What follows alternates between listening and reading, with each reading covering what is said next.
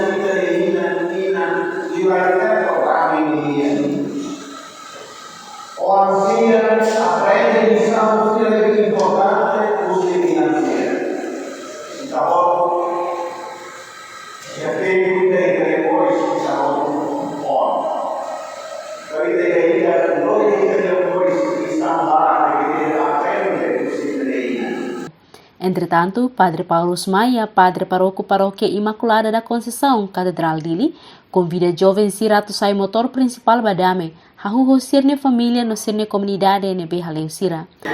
Noi aos suka pensar sira ba jovens sira. Mai tahutu hamutu lor dame ba itani uma. Kriya dame ga itani uma, kriya dame ga itani an, kriya dame ho itani comunidade, venir a Itamor se adame, ita amigável foi muito, ita belo foi muito, nabe se ita lá adame, ita bafati muito, ita sente kata, ita lá livre, ita é flor, ita tau, no, ita lá se berhat mata, tane mai tau todo, o tinam fome dane, ita compromete bamal, na tu sai sasin damenia, no hatlake na damenia.